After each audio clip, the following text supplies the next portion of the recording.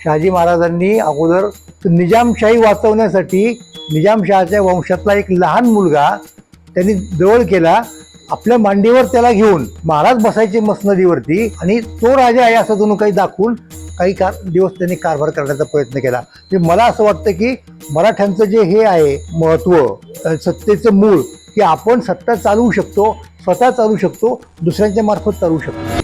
पैतृक वाटा महाराजांचा सुद्धा होता, शिवाजी महाराजांचा. तो व्यंकोजीराजे द्यायला तयार नव्हते. खरं तर इतक्या क्षुल्लक गोष्टीत महाराजांनी फार स्वारस्य दाखवलं नाही, परंतु शेवटी तो एक हक्क असतो, तो किमान सांगावा लागतो. म्हणून त्यांनी व्यंकोजींना पराभूत वगैरे केलं आणि नंतर तो प्रदेश महाराजांनी अक्षरशः म्हणजे दूध भात वगैरे द्यावा अशा पद्धतीने व्यंकोजींना पुढे सुपूर्द केलेलं आहे. पण काही लोकांनी काही एक कारस्थान करून राजाराम महाराजांना गादीवरती बसवण्याचा घाट घातला. संभाजीराजांना तो वेळच्या वेळी कळला आणि त्यावेळचे जे सेनापती होते हे संभाजीराजांच्या बाजूला आले आणि त्यांनी प्रधानमंडळातले जे कोणी विरोधक होते त्यांचा विरोध मोडून काढून संभाजीराजांना गादीवरती बसवलं. तर हा एक आपल्याला सत्ता संघर्ष त्या ठिकाणी दिसून येतो.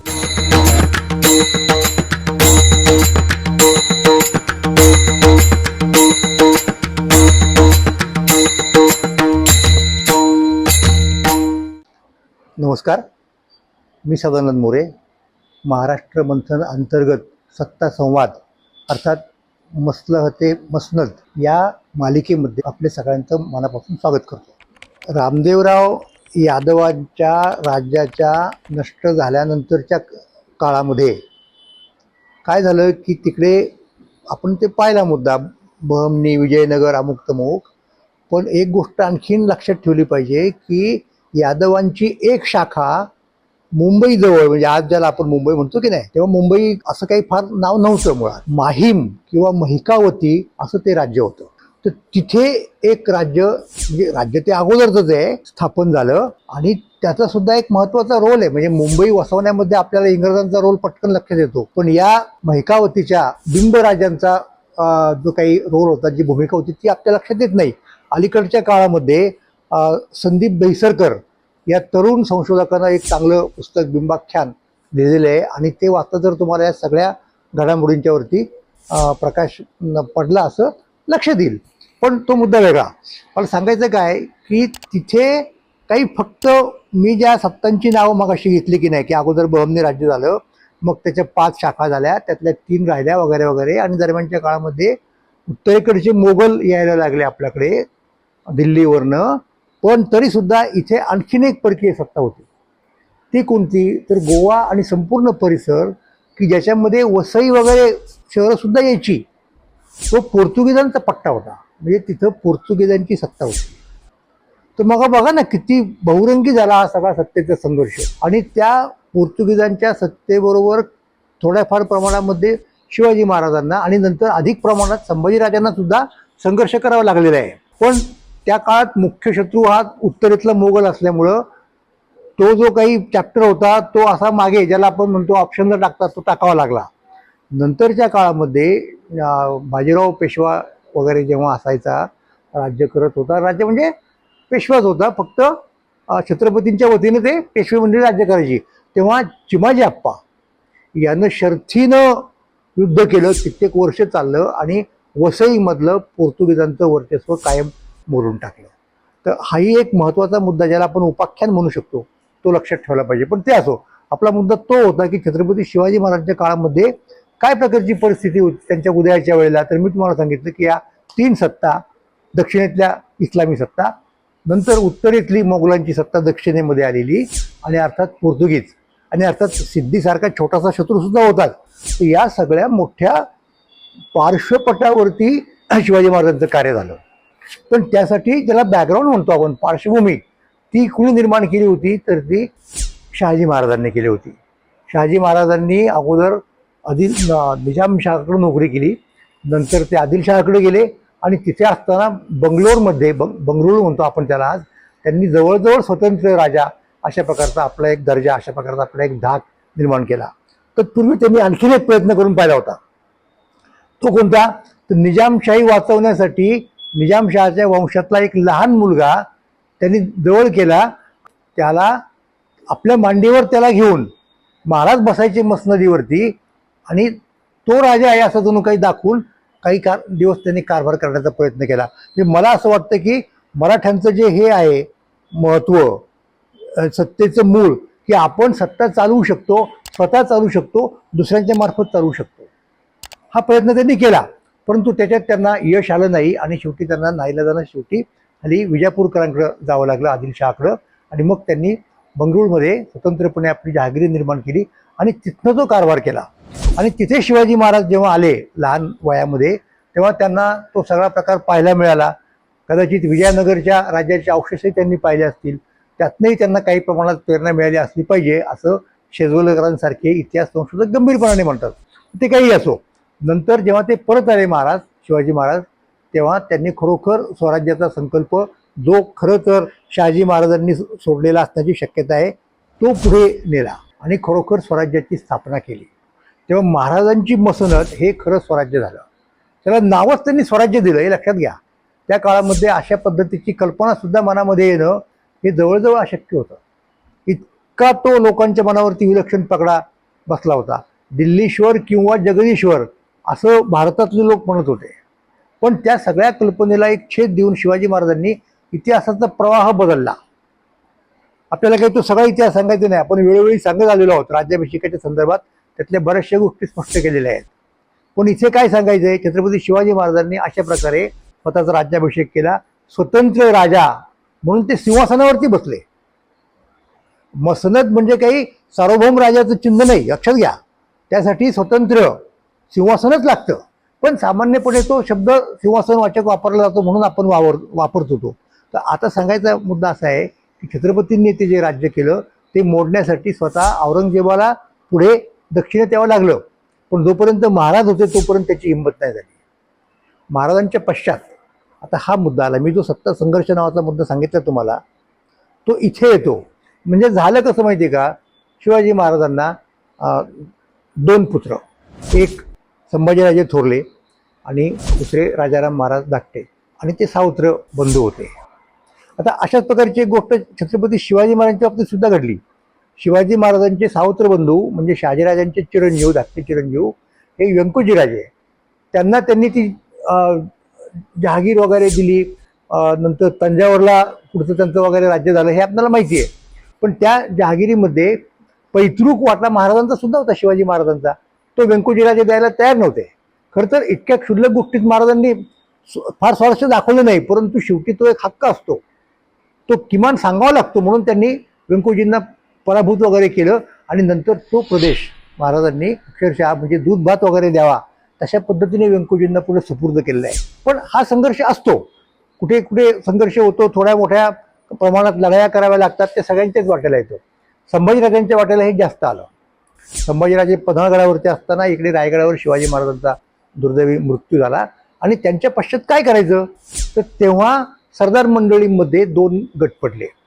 आता सभासदाच्या बखरीमध्ये असं म्हटलेलं आहे की काही लोकांना असं वाटत होतं, म्हणजे त्याच्यात अशी गोष्ट पण आहे, म्हणजे आता ती खरी की खोटी याची शहानिशा आपल्याला नाही करता येत, की स्वतः शिवाजी महाराजांच्या मनामध्ये संभाजीराजांनी दक्षिणेतलं सांभाळावं सगळं राज्य, की जेणेकरून ते पराक्रमी असल्यामुळं, आक्रमक स्वभावाचे असल्यामुळं, सरदेसाईंच्या शब्दामध्ये उग्र प्रकृती असल्यामुळं तिथे ते राज्य विस्तार करू शकतील आणि जिथे सगळी घडीनीट बसलेली आहे ते स्वराज्य म्हणजे महाराष्ट्राचा प्रदेश म्हणतो आपण, ते राजाराम महाराज पाहू शकतील. अशा प्रकारची कल्पना शिवाजी महाराजांच्या मनामध्ये होती. अशी एक नोंद म्हणूयात आपण बखरीमध्ये तुम्हाला सापडते. आपण काही सांगू शकत नाही, कारण आपल्या परंपरेमध्ये ज्येष्ठ मुलाला नंतर वडिलांच्या पश्चात गादीवरती यावं असा प्रघात होता. असो, पण काही लोकांनी काही एक कारस्थान करून राजाराम महाराजांना गादीवरती बसवण्याचा घाट घातला. संभाजीराजांना तो वेळच्या वेळी कळला आणि त्यावेळचे जे सेनापती होते, सेनापती हंबीरराव मोहिते, राजाराम महाराजांचे सख्खे मामा, पण तरी सुद्धा ते संभाजीराजांच्या बाजूला आले आणि त्यांनी प्रधानमंडळातले जे कोणी विरोधक होते त्यांचा विरोध मोडून काढून संभाजीराजांना गादीवरती बसवलं. तर हा एक आपल्याला सत्ता संघर्ष त्या ठिकाणी दिसून येतो. मग संभाजीराजांना खूप संघर्ष करावा लागला. हे आपण पाहिलं की सिद्धीची संघर्ष आहे, पोर्तुगीजांची संघर्ष आहे आणि अर्थात मोठा संघर्ष म्हणजे औरंगजेबाशी. मराठ्यांचं राज्य मोडण्यासाठी आणि उरलेली जी दोन राज्य होती दक्षिणेत, इस्लामीच होती ती सुद्धा, विजापूरचं आणि गोवळकोंड्याचं, औरंगजेब जातीनिशी इथे आला दख्खनमध्ये, आणि त्यांनी अविरत प्रयत्न केला त्यानं ही राज्य मोडण्याचा. आणि अर्थात ज्या राज्यांचा पाया अत्यंत बळकट होता, इतिहास काळात जे अत्यंत प्रस्थापित झालेले होते, अशी ती जी काही राज्य होती ती म्हणजे विजापूरची आदिलशाही आणि गोळकोंड्याची कुतुबशाही, त्यांना मोडण्यामध्ये औरंगजेब अक्षरशः त्याला चुटकीसरची म्हणतो आपण 2-1 वर्षात यशस्वी झाला. पण मराठ्यांचं स्वराज्य शिवाजी महाराजांनी स्थापन केलेलं ते त्याला शेवटपर्यंत मोडता आलं नाही. 27 वर्ष त्याला झुंजवलं. आधी छत्रपती संभाजीराजांनी, मग छत्रपती राजाराम महाराजांनी, मग ताराबाई साहेबांनी, राजाराम महाराजांच्या पत्नी.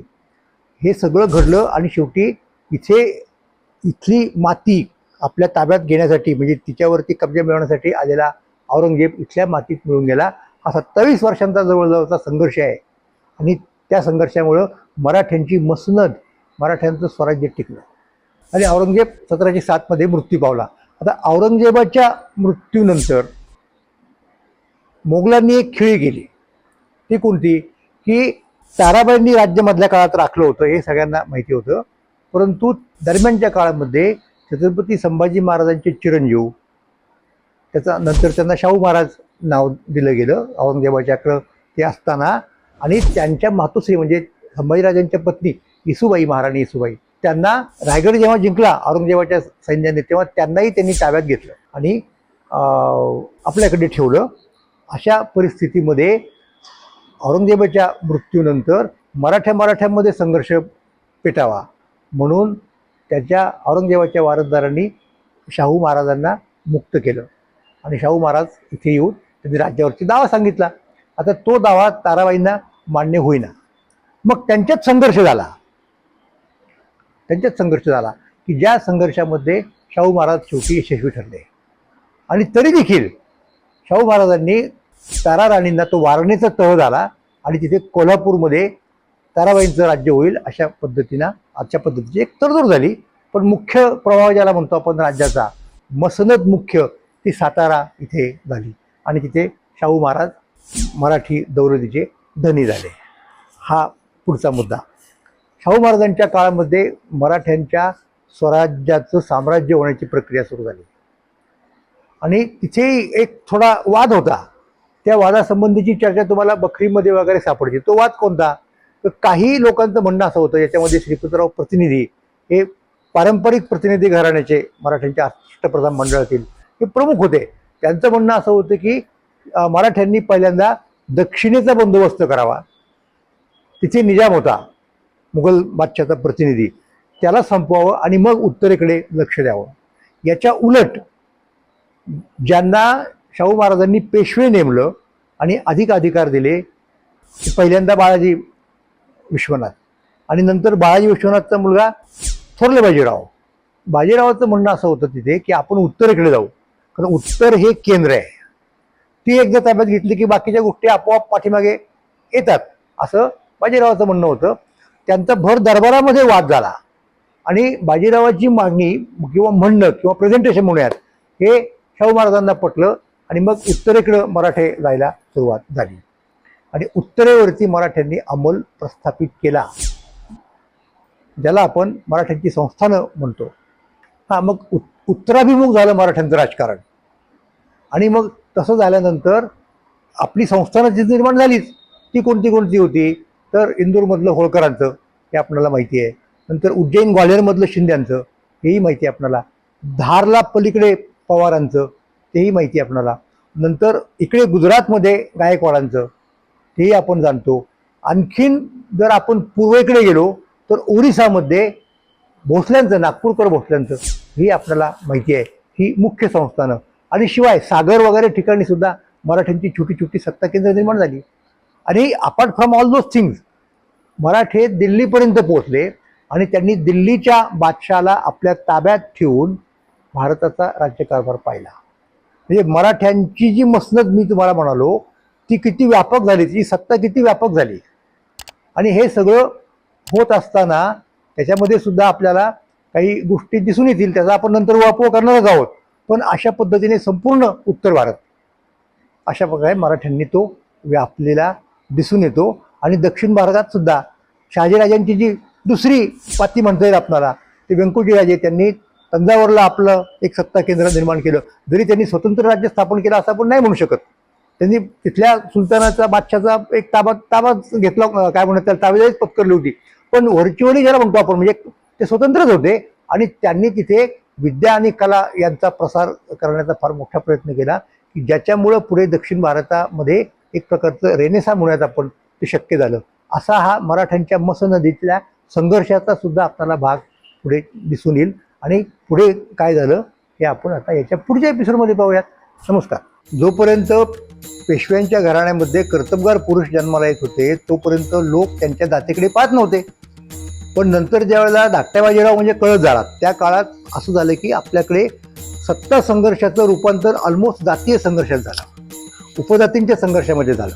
आणि मग देशस्थ कोकणस्थ, नंतर कोकणस्थ काय असतं प्रभू आणि ब्राह्मण मराठे अशा प्रकारचा संघर्ष सुरू झाला ज्याचा फायदा इंग्रजांना मिळाला आणि इंग्रजांनी मराठ्यांचं राज्य बुडवलं आणि ज्याचे पडसाद अधूनमधून आजही आपल्याला ऐकू येतात आणि त्याचे परिणाम अजूनही होऊ शकतात. तेव्हा आपण त्या गोष्टीपासून फार सावध राहायला पाहिजे.